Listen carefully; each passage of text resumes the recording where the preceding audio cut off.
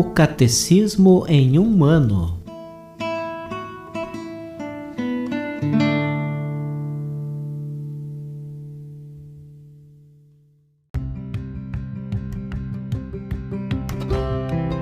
Olá, eu sou o Gabriel, seminarista da Diocese de Ponta Grossa, no Paraná. Você está ouvindo o podcast O Catecismo em um Ano. Vamos ler todo o Catecismo da Igreja Católica ao longo de 365 episódios. Estamos utilizando a tradução em português apresentada pela CNBB em 2013, baseada na edição típica em latim. Baixe o plano de leitura por meio de um link que você encontra na página do Instagram, @ocatecismo em um ano, ou na descrição deste podcast.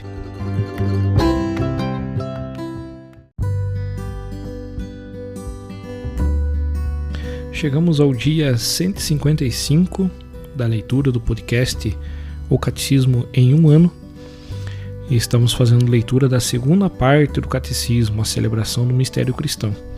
E neste dia, queremos dar início à leitura da segunda sessão, os 7 sacramentos da Igreja, e também leremos o capítulo 1.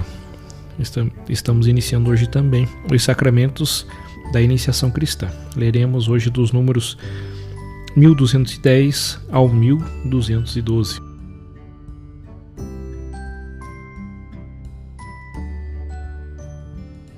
Segunda sessão, os 7 sacramentos da Igreja. Os sacramentos da nova lei foram instituídos por Cristo e são 7: batismo, confirmação, Eucaristia, penitência, unção dos enfermos, ordem e matrimônio. Os 7 sacramentos atingem todas as etapas e todos os momentos importantes da vida do cristão. Dão à vida de fé do cristão origem e crescimento, cura e missão. Nisto existe certa semelhança entre as etapas da vida natural e as da vida espiritual.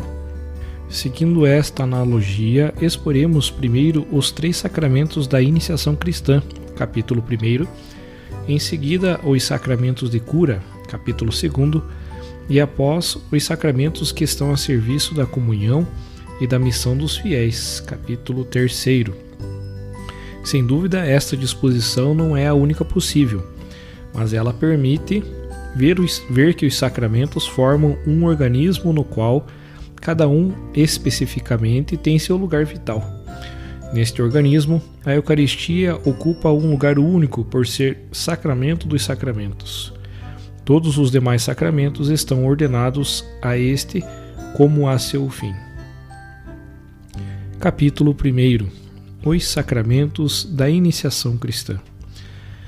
Pelos sacramentos da iniciação cristã, batismo, confirmação, Eucaristia, são lançados os fundamentos de toda a vida cristã.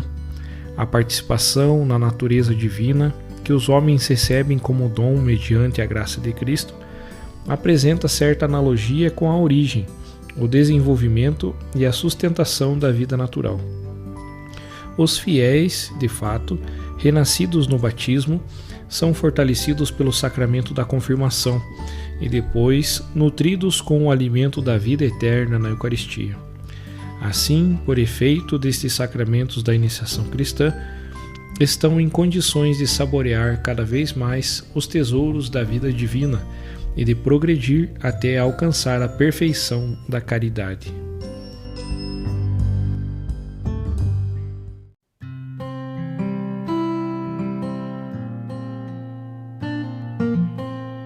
Como comentário adicional ao episódio de hoje, nós ouviremos a homilia do Papa Bento XVI por ocasião da Santa Missa Crismal realizada no dia 1º de abril de 2010.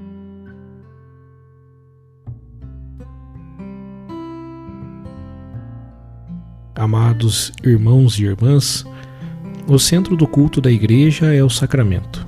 Sacramento significa que o primeiro a intervir não somos nós homens, mas Deus que vem primeiro ao nosso encontro com o seu agir, olha-nos e nos conduz até junto de si. E existe ainda outra coisa extraordinária.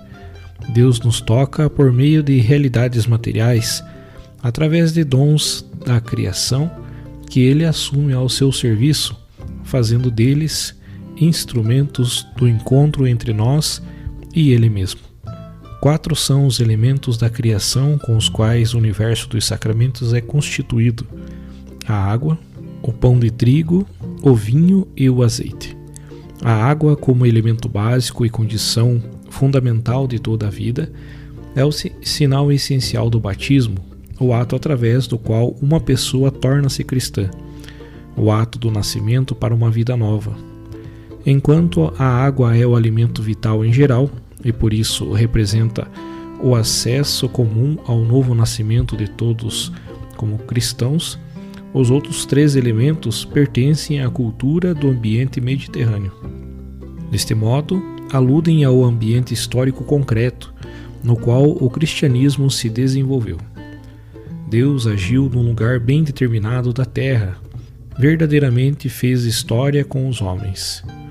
Estes 3 elementos, por um lado, são dons da criação e, por outro, são também indicações dos lugares da história de Deus junto de nós. São uma síntese entre criação e história, dons de Deus que sempre nos ligam com aqueles lugares do mundo onde Deus quis atuar conosco no tempo da história, fazendo-se um de nós. Nestes 3 elementos há novamente uma graduação. O pão faz referência à vida cotidiana, é o dom fundamental da vida de todos os dias. O vinho recorda a festa, o primor da criação, em que se pode ao mesmo tempo expressar de modo singular a alegria dos redimidos. O azeite possui um amplo significado, serve de nutrimento, medicamento, alindamento, adestra para a luta e dá vigor. Os reis e os sacerdotes são ungidos com este óleo, que assim torna-se sinal de dignidade e responsabilidade e ainda da força que vem de Deus. No nosso nome de cristãos está presente o mistério do óleo. Com efeito, a palavra cristãos, com que foram denominados os discípulos de Cristo, já no início da Igreja, formada a partir dos pagãos, deriva da palavra Cristo, conforme Atos dos Apóstolos, capítulo 11, versículos 20 e 21. Tradução grega da palavra Messias, que significa ungido. Ser cristão significa provir de Cristo, pertencer a Cristo, ao ungido de Deus, àquele a quem Deus entregou a realeza e o sacerdócio. Significa pertencer àquele a quem Deus mesmo ungiu, não com um óleo material, mas com aquele que é representado pelo óleo, com o seu Espírito Santo. Assim, o azeite simboliza de um modo muito particular a permeabilização do homem Jesus pelo Espírito Santo. Na missa crismal de Quinta-feira Santa, os santos óleos estão no centro da ação litúrgica. São consagrados pelo bispo na catedral para o ano inteiro. Assim, exprimem também a unidade da Igreja, garantida pelo episcopado, e aludem a Cristo, o verdadeiro pastor e guarda das nossas almas, como o chama São Pedro, conforme Primeira Carta de São Pedro, capítulo 2, versículo 25. E ao mesmo tempo mantém unido todo o ano litúrgico, ancorado no mistério de Quinta-feira Santa. Enfim, os olhos aludem ao Horto das Oliveiras, onde Jesus aceitou interiormente a sua paixão. Contudo, o Horto das Oliveiras é também o lugar onde Jesus subiu ao Pai, tornando-se assim o lugar da redenção. Deus não deixou Jesus na morte. Jesus vive para sempre junto do Pai, e por isso mesmo é onipresente. Está sempre junto de nós. Este duplo mistério do Monte das Oliveiras também está ativo no óleo sacramental da Igreja.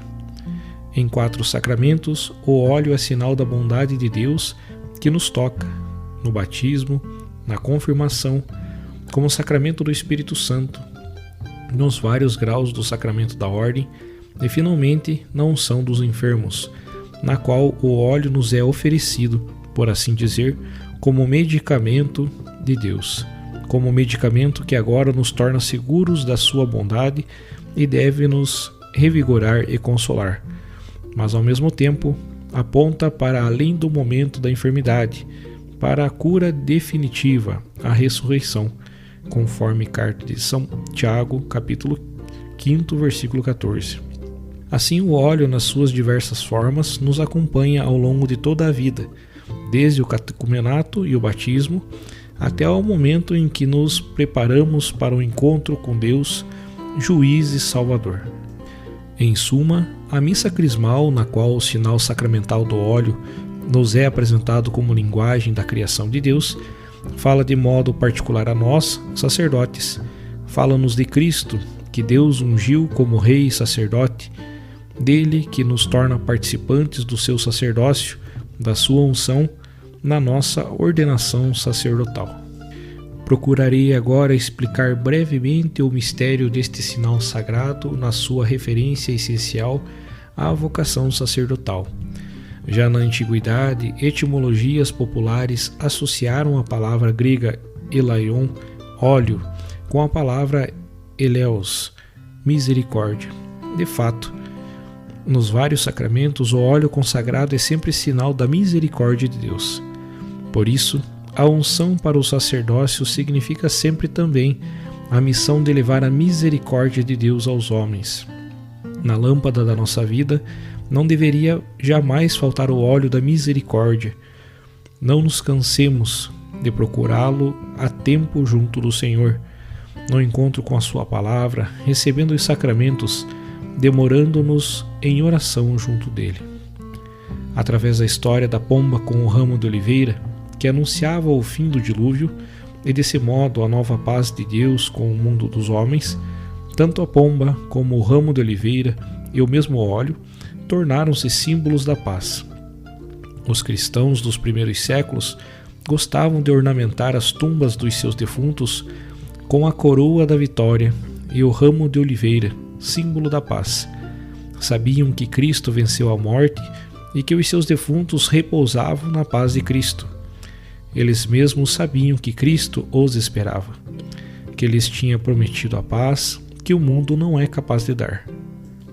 Lembravam-se de que a primeira palavra do ressuscitado aos seus discípulos fora: "A paz esteja convosco." Evangelho de São João, capítulo 20, versículo 19. Por assim dizer, ele mesmo traz o ramo de oliveira, introduz a sua paz no mundo, anuncia a bondade salvífica de Deus. Ele é a nossa paz. Portanto, os cristãos deverão ser pessoas de paz, pessoas que reconhecem e vivem o mistério da cruz como o mistério da reconciliação. Cristo não vence com a espada, mas por meio da cruz. Vence superando o ódio, vence em virtude daquele amor maior que é o seu. A cruz de Cristo diz não à violência. É justamente assim, ela é o sinal da vitória de Deus, que anuncia o novo caminho de Jesus. A vítima foi mais forte que os detentores de poder. Na sua autodoação na cruz, Cristo venceu a violência. Como sacerdotes, somos chamados a ser, na comunhão com Jesus Cristo, homens de paz. Somos chamados a opor-nos à violência e a confiar no poder maior do amor. Também pertence ao simbolismo do óleo o fato de que este robustece para a luta. Isto não contradiz o tema da paz, é antes uma parte deste. A luta dos cristãos consistia e consiste não no uso da violência, mas no fato de que estes estavam e ainda estão prontos a sofrer pelo bem por Deus. Consiste no fato de que os cristãos, como bons cidadãos, respeitam o direito e fazem aquilo que é justo e bom. Consiste no fato de que rejeitam fazer aquilo que, nos ordenamentos jurídicos em vigor, não é direito, mas injustiça. A luta dos mártires consistia no seu não concreto à injustiça, rejeitando a participação no culto idolátrico, na adoração do imperador. Recusaram-se a ajoelhar-se diante da falsidade, da adoração de pessoas humanas e do seu poder. Com o seu não à falsidade e a todas as suas consequências, exaltaram o poder do direito e da verdade. Assim, serviram a verdadeira paz. Também hoje é importante para os cristãos seguir o direito, que é o fundamento da paz. Também hoje é importante para os cristãos não aceitar uma injustiça que é elevada a direito. Por exemplo, quando se trata do assassinato de crianças inocentes ainda por nascer. É justamente assim que servimos a paz. E vivemos seguindo os passos de Jesus Cristo, de quem São Pedro diz: quando injuriado, não retribuía as injúrias, atormentado, não ameaçava, antes colocava a sua causa nas mãos daquele que julga com justiça. Sobre a cruz, carregou nossos pecados em seu próprio corpo, a fim de que, mortos para os pecados, vivamos para a justiça, conforme a primeira carta de São Pedro, capítulo 2, versículo 23 seguintes. Os padres da igreja sentiam-se fascinados por uma palavra do Salmo 45, segundo a tradição, o Salmo nupcial de Salomão, que era considerado pelos cristãos como o salmo para as núpcias do novo Salomão, Jesus Cristo, com a sua igreja. Ali disse ao Rei Cristo: amas a justiça e odeias a iniquidade. Por isso Deus, o teu Deus, te consagrou com o óleo da alegria, de preferência a teus iguais, conforme o versículo 8º. O que é este óleo da alegria com o qual foi ungido o verdadeiro Rei, Cristo? Os padres não tinham qualquer dúvida a esse respeito. O óleo da alegria é o próprio Espírito Santo infundido sobre Jesus Cristo. O Espírito Santo é a alegria que vem de Deus. A partir de Jesus, esta alegria se derrama sobre nós no seu Evangelho, na boa nova de que Deus nos conhece, que Ele é bom e que sua bondade é um poder superior a todos os poderes, que somos queridos e amados por Ele. A alegria é fruto do amor. O óleo da alegria que foi derramado sobre Cristo e dele passa para nós é o Espírito Santo, o dom do amor que nos torna felizes porque existimos. Porque conhecemos Cristo e em Cristo, o verdadeiro Deus, sabemos que é bom ser homem, é bom viver porque somos amados, porque a verdade mesma é boa. Na Igreja Antiga, o óleo consagrado foi considerado particularmente como sinal da presença do Espírito Santo, que se comunica a nós a partir de Cristo. O Espírito é o óleo da alegria. Esta alegria é uma realidade diversa do divertimento ou da alegria exterior que a sociedade moderna deseja. No seu justo lugar, o divertimento é certamente uma coisa boa e agradável. É bom poder rir. Mas o divertimento não é tudo.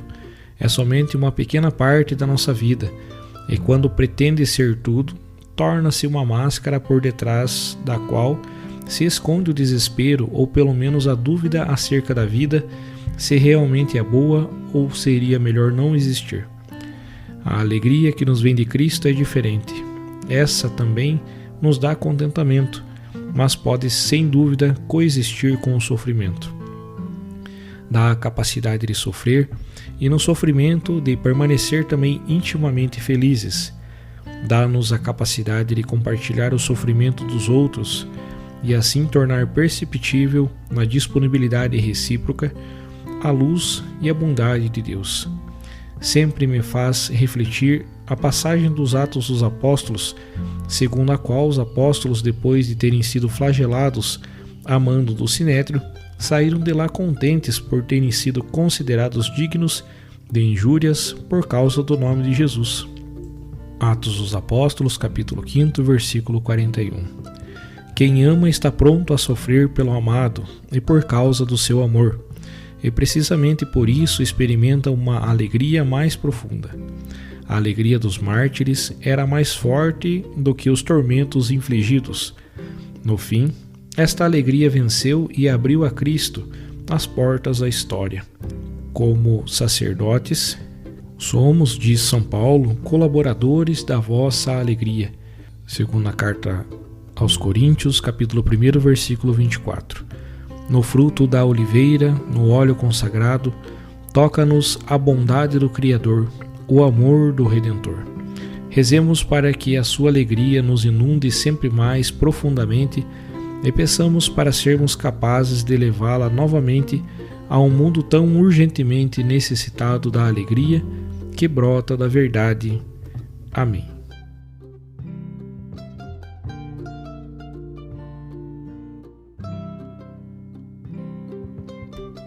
Os textos papais encontram-se na íntegra no site da Santa Sé, vatican.va.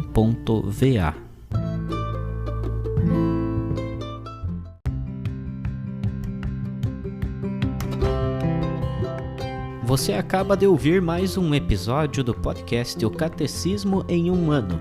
Continue nesse bom propósito de aprofundar o conhecimento e a vivência da fé católica e procure participar da sua comunidade. Rezemos por todos que estão fazendo esse caminho de leitura do Catecismo. Até amanhã!